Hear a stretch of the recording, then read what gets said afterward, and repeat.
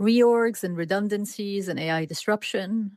No wonder your team is keeping their heads down and playing it safe. They don't want to be the one who rocks the boat. Your organization doesn't really have a people problem, though. It has a big freeze problem. And here's what the big freeze looks like. It's got two big components. The first one is high threat level. When the cost of speaking up is too high and people feel like their job is at risk, they nod along, they stay quiet. The second component of the big freeze is low autonomy. When every decision is made by committee or overridden completely, then people stop showing initiative. And the big freeze is having an outsized impact. According to Gartner, 7 in 10 leaders say they don't really feel ready to lead in this level of change and uncertainty. According to McKinsey, around 74% of transformation initiatives fail due to poor buy-in and to poor adoption. According to Gallup, that means that $8.8 trillion is lost annually due to very disengaged workforces. The good news? The big freeze can be broken.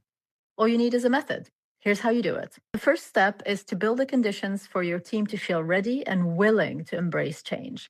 You do that by building 5 key conditions.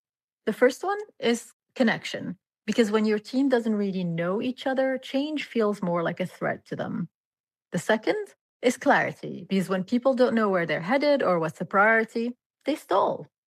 The third one, curiosity. When people don't feel empowered to challenge an idea, they don't really buy into it.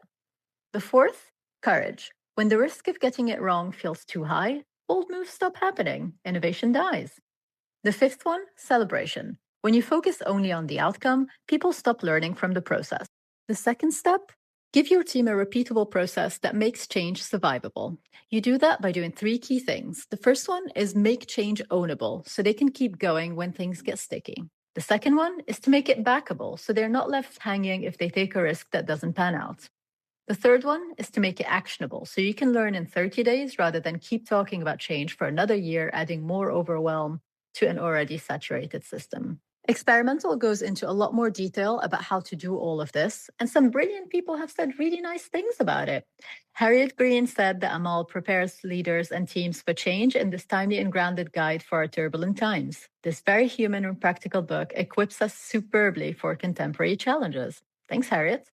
And Bruce Daisley said Amale has delivered the field guide for reinventing teams, a more connected, more curious alternative, a way for us to escape the misery of the moment. Thank you, Bruce. Experimental is available on the 2nd of June, and you can grab your copy at amale.co/experimental.